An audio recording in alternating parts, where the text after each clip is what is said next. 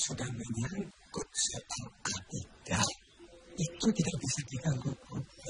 Rasulullah menganjurkan manusia untuk berzikir agar selalu mengingat asma. Tapi apakah Rasul mewajibkan kita untuk melakukannya bersama-sama? Apalagi bersuara keras sampai mengganggu tetangga. Wa asyiru aulakum awijharu binahu alimun bizatis. Kamu pelankan atau keraskan suaramu. Sesungguhnya Allah Maha mengetahui segala isi hati manusia. Akan hidup dengan tujuan yang tetap, menyembah kepada Allah, menghadapkan muka kepada kiblat, sampai bercerai nyawa dengan badan, bertali dengan Ka'bah. Membersihkan Sumatera Tawali dari unsur-unsur komunis.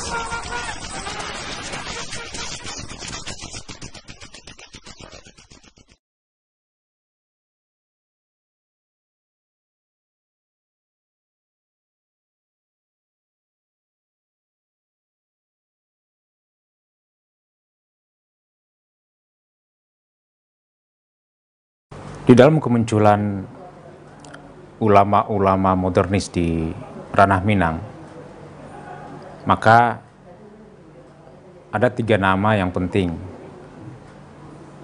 yang disebutkan secara berurutan, dan mereka sering juga disebut sebagai 3 serangkai, yaitu Dr. Abdul Karim Amrullah, atau yang dikenal juga dengan Inyak Rasul. Yang kedua, Dr. atau Syekh Abdullah Ahmad, yang mendirikan Yayasan Syarikat Usaha yang kemudian melahirkan Sekolah Adabiyah. Yang ketiga adalah Syekh Muhammad Jamil Jambe. Nah, seperti yang pernah kita bahas sebelumnya, 2 nama yang disebutkan pertama itu adalah orang-orang yang mempunyai keahlian, sebagaimana Syekh Jamil Jambe juga mempunyai satu spesialisasi yang diakui. Misalnya kalau kita bicara tentang Syekh Abdul Karim Amrullah, maka orang akan menyebutnya sebagai ulama yang ahli fikih. Lalu kemudian di samping itu, dia juga seorang ulama yang terkenal dengan pidato-pidatonya yang menggugah, dengan pilihan-pilihan kata yang kuat, karena dia sangat peduli dengan kajian-kajian tentang tauhid dan fikih itu. Yang kedua, ada doktor, atau ada juga yang menyebutnya dengan Syekh Abdullah Ahmad, seorang ulama modernis yang mendirikan Yayasan Syarikat Usaha, yang kemudian melahirkan Sekolah Adabiyah yang sampai sekarang masih berdiri megah di tengah kota Padang. Dia ahli dan dikenal sebagai orang yang sangat tajam penanya, dan dia dikagumi karena kemampuannya itu. Piawai menulis, dan tulisan-tulisannya, pikiran-pikirannya dituangkan di dalam surat kabar yang dia buat itu, yaitu surat kabar Al-Munir. Lalu yang ketiga ini adalah Syekh Muhammad Jamil Jambe. Nah, Syekh Muhammad Jamil Jambe ini agak berbeda dia dengan 2 tokoh sebelumnya. Sebenarnya dari segi usia, Syekh Muhammad Jamil Jambe lebih tua beberapa tahun dari Syekh Karim Amrullah dan Dr. Abdullah Ahmad.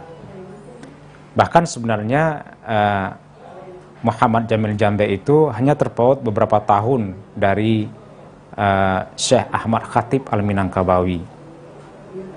Dr. Murni Jamal di dalam bukunya tentang para ulama pembaharu Minangkabau itu, dia menggambarkan bahwa Syekh Jamil Jambe itu dilahirkan sekitar tahun 1860. Atau nanti ada yang mengatakan 1862. Sementara kita tahu Syekh Ahmad Khatib Al-Minangkabawi dilahirkan sekitar 1855 atau 1860. Kira-kira terpaut 2 atau 4 tahun dengan Syekh Ahmad Khatib Al-Minangkabawi.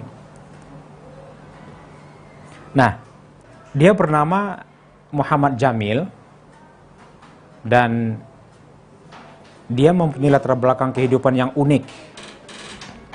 Kalau selama ini kita mengenal tokoh-tokoh alim ulama Minang di awal abad ke-20 itu dengan latar belakang pemahaman keagamaan yang kuat semenjak kecil, belajar kepada berbagai ulama dan sebagainya.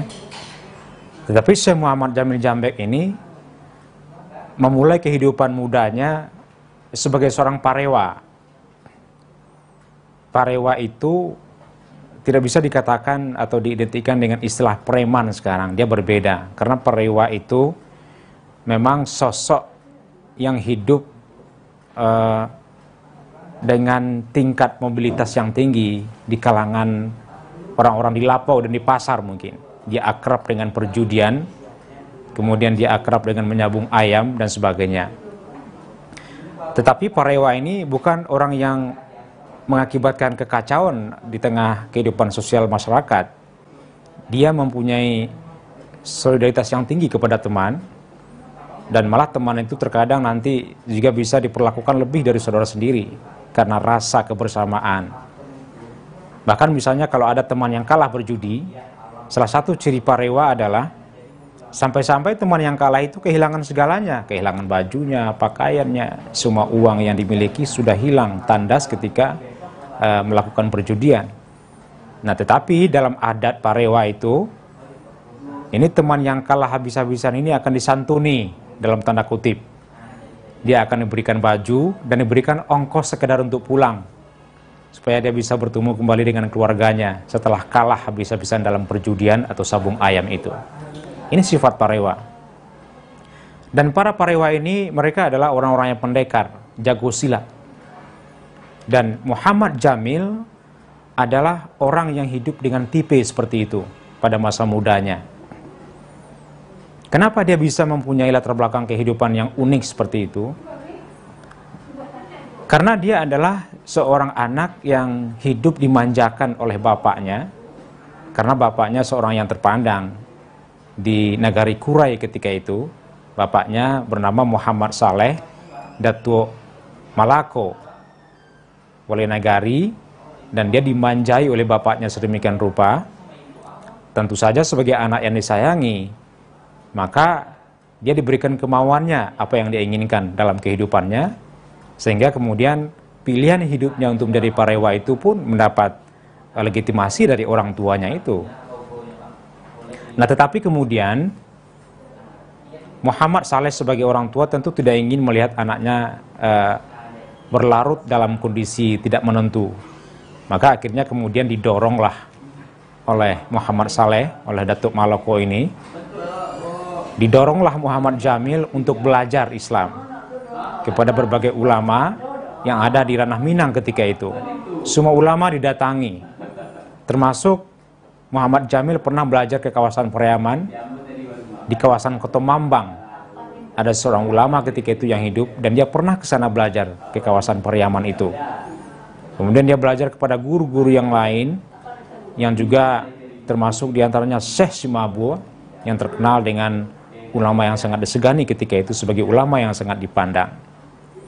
Maka kemudian setelah belajar banyak kepada para ulama-ulama yang ketika itu tumbuh begitu banyak di ranah Minang di awal abad ke-20 itu, atau menjelang abad ke-20, maka dalam usia yang sudah sangat dewasa, Muhammad Jamil kemudian disuruh belajar oleh orang tuanya pergi ke Mekah. Dia belajar pergi ke Mekah. Dan tentu saja ketika dia bertemu dengan orang-orang di Mekah itu, orang-orang Minang yang sudah menjadi ulama, yang sudah menjadi guru, maka guru-guru itu sepantaran dengan dia usianya. Misalnya Syekh Ahmad Khatib Al-Minangkawi tidak jauh berbeda dengan dia. Begitu juga dengan Abdul Karim Amrullah, juga malah di bawah usia dari Syekh Muhammad Jamil Jambek. Begitu juga dengan Syekh Abdullah Ahmad. Tetapi apa boleh buat, dia dengan rendah hati kemudian belajar kepada orang-orang itu, dan kemudian dia berlari cepat di dalam menguasai ilmu-ilmu yang dia pelajari. Terutama ilmu yang dia paling suka itu adalah ilmu falak. Tetapi satu hal yang perlu dicatat dan agak aneh berkaitan dengan proses menjadi seorang alim bagi Syekh Muhammad Jamil Jambek. Yaitu ketika dia sampai ke Mekah, dia tidak semata-mata belajar tentang ilmu agama, tidak hanya belajar tentang ilmu syariat, juga termasuk ilmu falak, tetapi juga dia belajar tentang ilmu sihir. Digambarkan oleh Dr. Murni Jamal itu bahwa Syekh Muhammad Jamil Jambe sempat belajar beberapa tahun tentang ilmu sihir kepada seorang ahlinya yang berasal dari Maroko di tanah Makkah itu. Sehingga kemudian Syekh Muhammad Jamil Jambe dengan karakternya itu yang tumbuh sebagai parewa di kampungnya, kemudian ketika sampai di Mekah belajar Islam sekaligus belajar ilmu sihir kepada orang yang ahli ilmu sihir yang berasal dari Maroko itu. Tetapi ilmu yang dia kuasai mendalam. Terutama dikatakan yang paling mendalam itu adalah penguasaannya kepada ilmu falak. Ya, ilmu falak. Di dalam pengakuan para ulama-ulama di kalangan Muhammadiyah misalnya, itu dikatakan bahwa Kiai Haji Ahmad Dahlan yang mendirikan Muhammadiyah itu belajar ilmu falak kepada Syekh Muhammad Jamil Jambe di Makkah, yang ketika itu sudah menjadi asisten guru dari Syekh Ahmad Khatib Al-Minangkabawi. Karena keahliannya itu di bidang ilmu falak, maka kemudian ulama-ulama Arab memberikan julukan nama kepada dia, yaitu Al-Falaki. Maka terkenallah dia sebagai Syekh Muhammad Jamil Jambe Al-Falaki, atau seorang yang ahli di dalam ilmu falak. Setelah belajar beberapa tahun, sekitar 9 sampai 11 tahun, pada tahun 1903, Syekh Muhammad Jamil Jambe kembali ke Ranah Minang. Dan dia mengajarkan ilmunya, terutama di bidang ilmu falak itu, kepada para muridnya. Dan satu hal yang juga perlu dicatat adalah, ketika sampai ke Ranah Minang, Syekh Muhammad Jamil Jambe justru juga mengembangkan ilmu sihir yang dia dapatkan di Arab itu kepada orang-orang Maroko itu. Sampai 2 tahun dia memperlihatkan kemampuannya itu dan mengajarkan ilmu itu kepada orang-orang yang diinginkannya. Baru kemudian 2 tahun setelah dia mengajarkan Islam kepada para muridnya yang jumlahnya banyak sekali, maka kemudian dia menghilangkan itu semua dan dia tidak lagi berhubungan dengan kemampuan sihirnya itu. Berkaitan dengan murid-muridnya, di dalam buku yang ditulis oleh Muhammad Hatta, yaitu Memoir Muhammad Hatta, Memoir Hatta, Hatta menjelaskan bahwa dia sesungguhnya adalah murid dalam pengertian yang sebenar-benarnya dari Syekh Muhammad Jamil Jambe. Jadi Syekh Muhammad Jamil Jambe salah seorang muridnya itu adalah Muhammad Hatta. Hatta menjelaskan dalam memoirnya itu yang dia tulis bagaimana dia belajar semenjak huruf hijaiyah kepada Inyek Jambe. Dia belajar tentang ayat-ayat pendek yang diajarkan kepada Hatta, belajar tentang huruf hijaiyah. Tetapi seperti diakui oleh Hatta, Hatta tidak pandai berirama ketika mengaji. Berbeda dengan Inyek Jambe yang mampu berirama, membaca Al-Quran dengan suara yang merdu, dan Hatta mengakui dia tidak bisa melakukan itu. Tetapi dengan tegas Hatta mengatakan bahwa dia adalah murid dalam pengertian yang sebenarnya dari Syekh Muhammad Jamil Jambe. Inyek Jambe kemudian begitu bangga ketika dia sempat menyaksikan muridnya itu menjadi salah seorang proklamator kemerdekaan Republik Indonesia pada tahun 1945 tanggal 17 Agustus itu.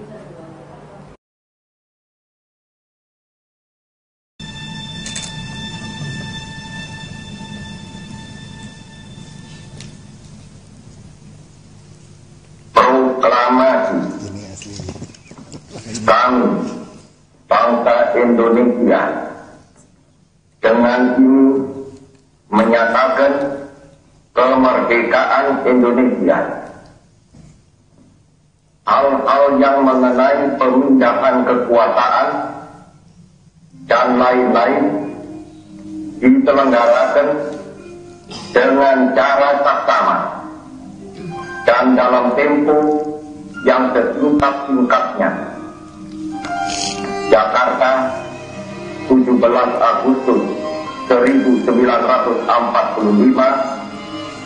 atas nama bangsa Indonesia, Soekarno, Hatta. Nah, berkaitan dengan persahabatan mereka, maka ada kalanya orang yang berhubungan persahabatan yang begitu dekat mengalami krisis di dalam pertemanannya. Hal yang sama juga dialami oleh tiga serangkai ini, dialami oleh Syekh Abdul Karim Amrullah dalam hubungannya dengan Dr. Abdullah Ahmad.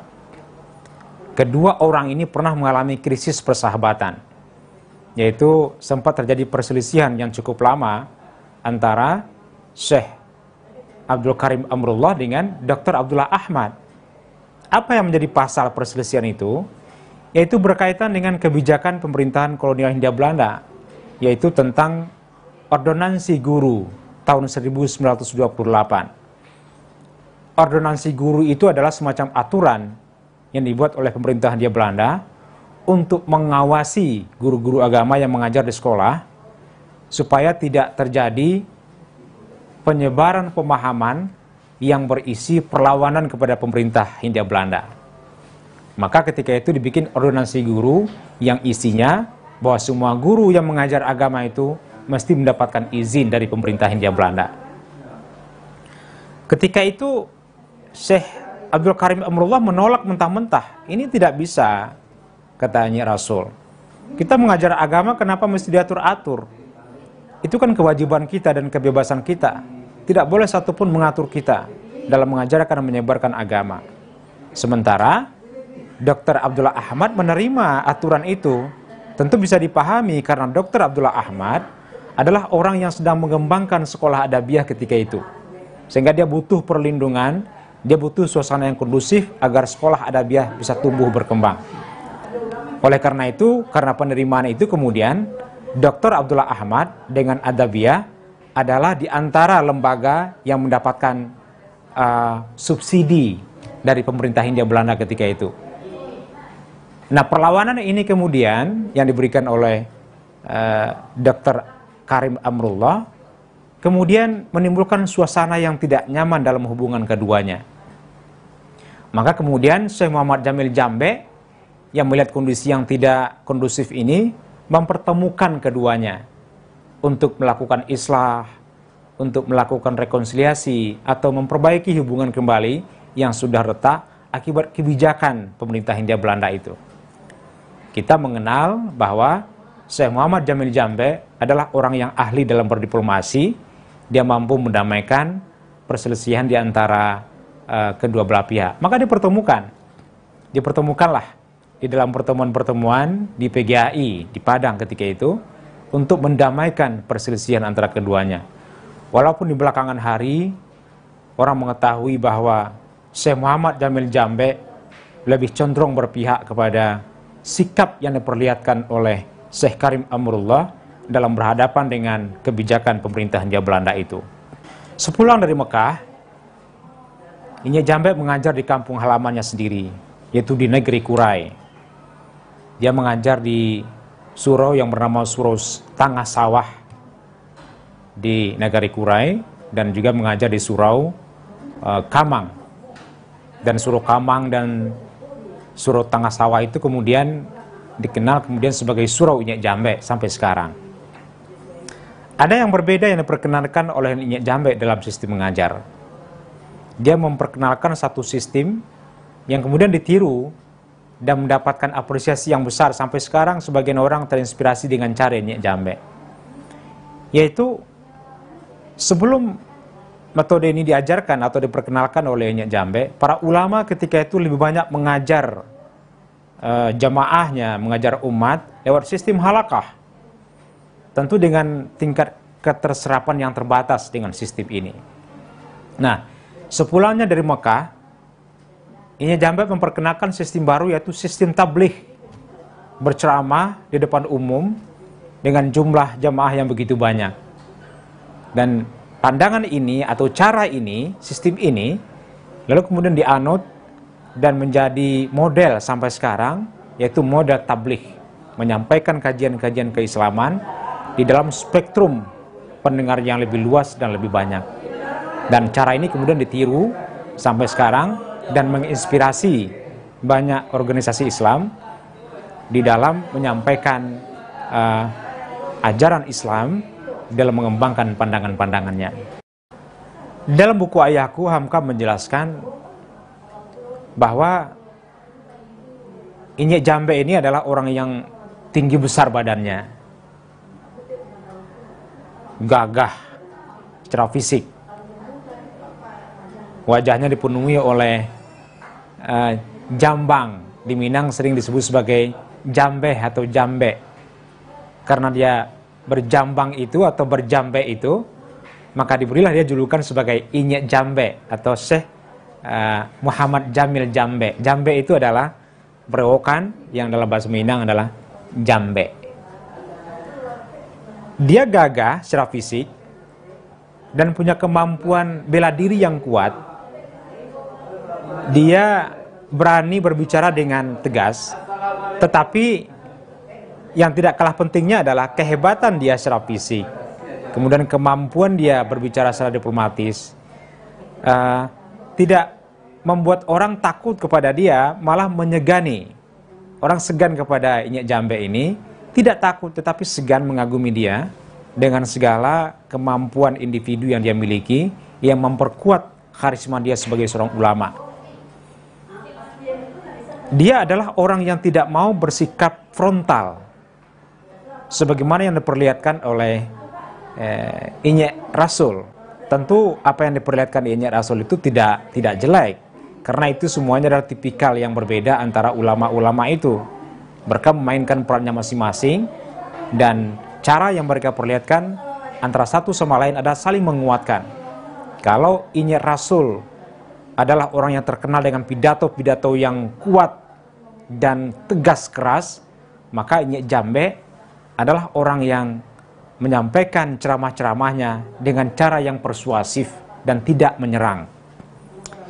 Misalnya dia terkenal akrab dengan ulama-ulama kaum Tuo, sekalipun dia tidak kehilangan kekuatan untuk memberikan kritik kepada cara pengamalan Islam yang dipraktikkan oleh kaum Tuo.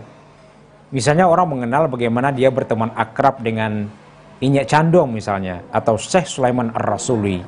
Dia sangat menghormati Syekh Sulaiman Ar-Rasuli. Dia tetap mengkritik apa yang dikritik oleh Inyek Rasul, tetapi kritik yang disampaikan oleh Inyek Jambe ini adalah kritik yang lebih lunak, yang lebih persuasif. Tentu ini sesuatu yang layak diperlihatkan oleh alim, seorang ulama besar. Bukan berarti juga apa yang dilakukan oleh Inyek Rasul tidak layak. Seperti dikatakan tadi, itu berkaitan dengan tipikal, berkaitan dengan personality para ulama itu. Mereka memainkan perannya dengan watak karakternya masing-masing. Kalau kita belajar misalnya kepada dasar Islam yaitu Al-Quran, memang mengajak atau memanggil orang ke dalam jalan Islam itu, apalagi menyampaikan pikiran-pikiran yang baru, tidak ada pilihan lain kecuali dengan cara yang halus, dengan cara yang lembut. Kalau sikap keras atau sikap perlawanan yang kuat diperlihatkan, maka Al-Quran mengatakan seperti digambarkan dalam surat Ali Imran 159 itu, lam faddu min haulik.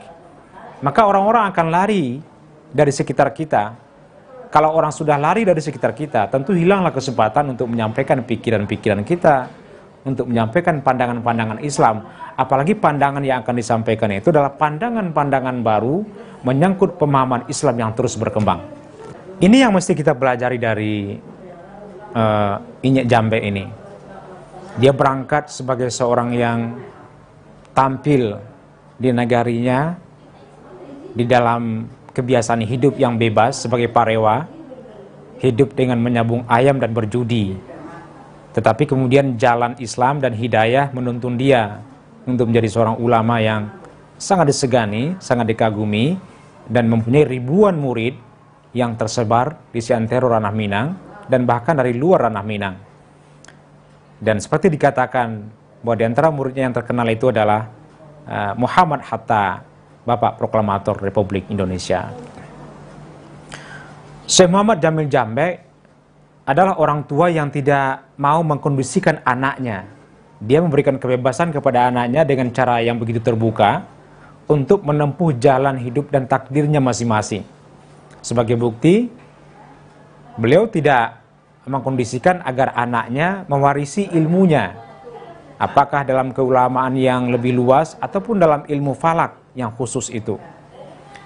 Sehingga kemudian sering orang dengan rasa penyesalan dan meratapi bahwa Nyek Jambek meninggal dan dia meninggalkan begitu banyak kitab dan tidak ada yang mewarisi kitab itu. Dan kitab itu sudah berserakan entah di mana dipusatkan. Walaupun sesungguhnya layaklah segala warisan beliau itu dikumpulkan. Mungkin dapat juga dibikinkan sebuah museum seperti yang dibuatkan untuk Museum Hamka dan keluarganya di Sungai Batang meninjau itu. Beliau kemudian menghabiskan masa tuanya di Jakarta sebagai seorang guru yang tetap dihormati dengan kebesaran nama dan kewibawaan serta karisma pribadi yang begitu kuat. Dia kemudian termasuk orang yang begitu mencintai, dia sangat mencintai temannya Abdul Karim Amrullah. Buya Hamka menceritakan di dalam buku ayahnya itu bahwa ketika Inyek Rasul meninggal, maka Inyek Jambek mendatangi ke rumah Inyek Rasul dalam keadaan yang sudah payah. Ketika itu dia menangis dan dia merasakan seorang teman seperjuangan yang setia akan meninggalkannya. Setelah Inyek Rasul meninggal, maka berceritalah istri dari Inyek Jambek bahwa semenjak meninggalnya Inyek Rasul itu, Inyek Jambek sering sakit-sakitan, dan beberapa saat kemudian, tentu saja 1 atau 2 tahun kemudian, tepatnya bulan Desember tahun 1947, Syekh Muhammad Jamil Jambek Al-Falaki meninggalkan dunia yang fana ini. Namun menjelang akhir hayatnya, dia sempat merasakan kegembiraan yang luar biasa ketika dia menyaksikan salah seorang muridnya memproklamirkan kemerdekaan Republik Indonesia. Dan dia bisa menikmati kemerdekaan yang diproklamirkan muridnya itu selama 2 tahun. Inilah sosok dari Syekh Muhammad Jamil Jambek dengan segala kelebihannya, dengan segala karismanya, dengan segala dinamika liku-liku kehidupan yang dia tempuh sebelum menjadi seorang ulama besar yang disegani, dengan ilmu yang dalam, dengan peninggalan yang tidak akan mungkin dilupakan dalam sejarah pertumbuhan dan perkembangan Islam modernis di ranah Minang. Kalau sudah menyangkut soal akidah, itu tidak bisa diganggu. Rasulullah menganjurkan manusia untuk berzikir agar selalu mengingat asma. Tapi apakah Rasul mewajibkan kita untuk melakukannya bersama-sama? Apalagi bersuara keras sampai mengganggu tetangga. Wa asyiru aulakum awijharu innahu alimun bizatis. Kamu pelankan atau keraskan suaramu. Sesungguhnya Allah Maha mengetahui segala isi hati manusia. Akan hidup dengan tujuan yang tetap, menyembah kepada Allah, menghadapkan muka kepada kiblat, sampai bercerai nyawa dengan badan, bertali dengan Ka'bah. Membersihkan Sumatera Tawali dari unsur-unsur komunis.